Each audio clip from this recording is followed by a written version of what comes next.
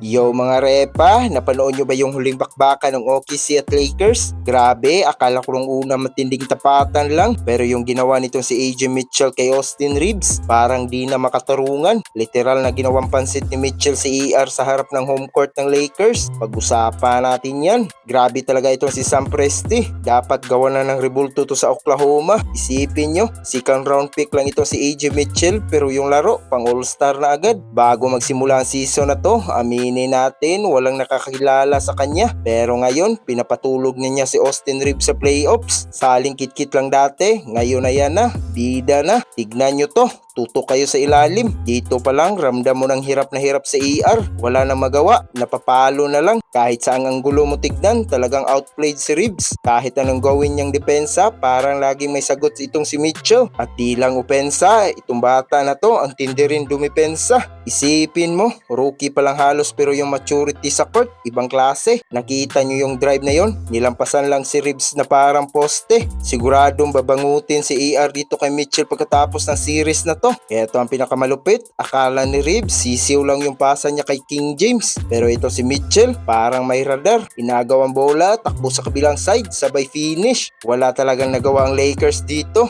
Pati si Shai Gilgeous-Alexander napanganga na lang sa gilid. Yung reaction ni SJA, yun din ang reaction nating lahat. Sa totoo lang mga repa, di lang score ang ambag niya. May 10 assist pa yan. Para sa akin, siya ang pinakamatindi sa series na to para sa OKC. Kayo ba? Tingin nyo ba makakabawi pa si Austin Reeves o tuluyan na siyang lulutuin ito si AJ Mitchell? Comment niyan sa baba. Pag-usapan natin yan. Huwag nyo rin kalimutan mag-like at subscribe para lagi ko yung update sa mga kwentuhan basketball. Hanggang sa muli, peace out!